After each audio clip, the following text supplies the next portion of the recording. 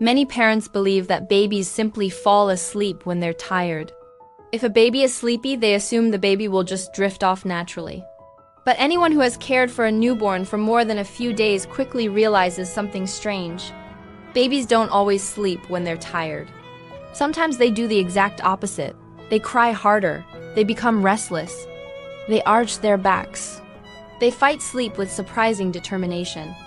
This moment confuses almost every new parent. You can see the exhaustion in their eyes, but they refuse to sleep. What many parents don't realize is that babies operate on something called sleep windows, also known as wake windows. And understanding this concept can completely change how babies fall asleep. A sleep window is the period of time a baby can comfortably stay awake between one sleep and the next. It is the biological balance. Too short of a wake window, and the baby isn't tired enough to sleep. Too long, and the baby becomes overtired, making sleep much harder. The ideal moment for sleep lives in a small window between those two extremes. Certain signs appeared repeatedly. Babies would begin yawning. They would rub their eyes. They would lose interest in toys. Their movements would slow.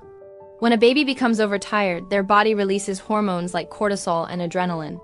These hormones increase alertness and energy. In the earliest stage of life, newborns live in a completely different rhythm than adults. Inside the womb, babies slept almost constantly. During the first 3 months, newborn sleep can feel chaotic. Most newborns can only stay awake between 45 minutes and 60 minutes. The earliest cues are extremely subtle. The baby might suddenly become quiet. They may stare at nothing.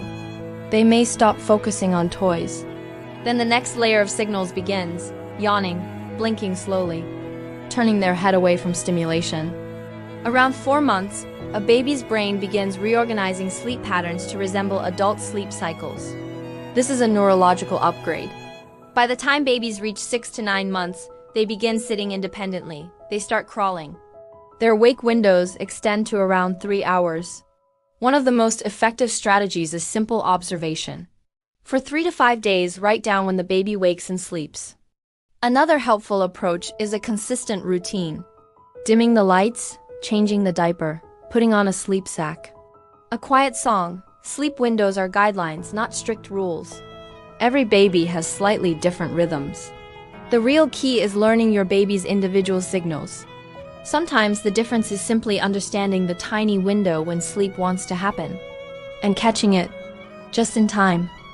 When parents first learn about sleep windows, a common reaction appears almost immediately. They start watching the clock. They count minutes. They calculate wake times. They try to follow sleep charts perfectly. But something interesting happens after a few days.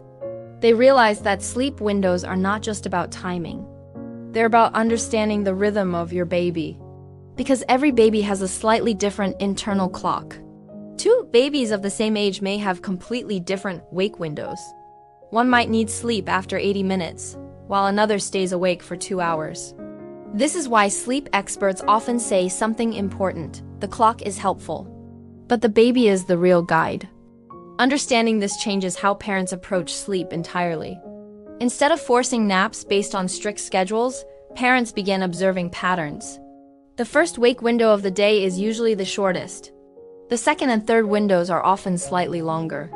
For example, a typical day for a 4-month-old might look like this. The baby wakes up at 7 o'clock in the morning. After about 90 minutes, their first sleepy cues appear. Around 8:30, they take their first nap. But real life rarely follows perfect schedules. Sometimes a nap is shorter than expected. Sometimes the baby wakes earlier. This is where flexibility becomes essential. Sleep windows are not rigid rules. They are adjustable guides. Another powerful concept connected to sleep windows is sleep pressure.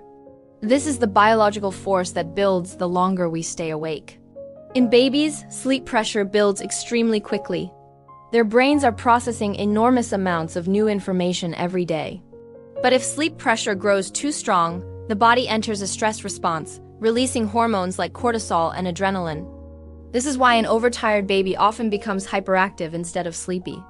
Parents sometimes call this a second wind. Environment also plays a major role. As the sleep window begins closing, reducing stimulation helps the brain prepare for rest. Many families create a simple wind-down period. Lights are dimmed, voices become quieter. The environment becomes calmer. But sometimes, babies still resist sleep because of developmental leaps. Learning to roll, crawl, or stand excites the brain. Around 8 to 10 months, separation awareness adds another layer. The baby may protest because they know the parent is leaving. As babies approach their first birthday, sleep windows become longer. Daily life begins to feel more predictable. Eventually, parents stop looking at charts. They stop counting minutes. They simply recognize the signals. A quiet yawn, a slow blink, a gentle eye rub, and in that moment they know. Sleep is coming. The window has opened. And with the right timing and routine, the baby drifts peacefully into rest once again.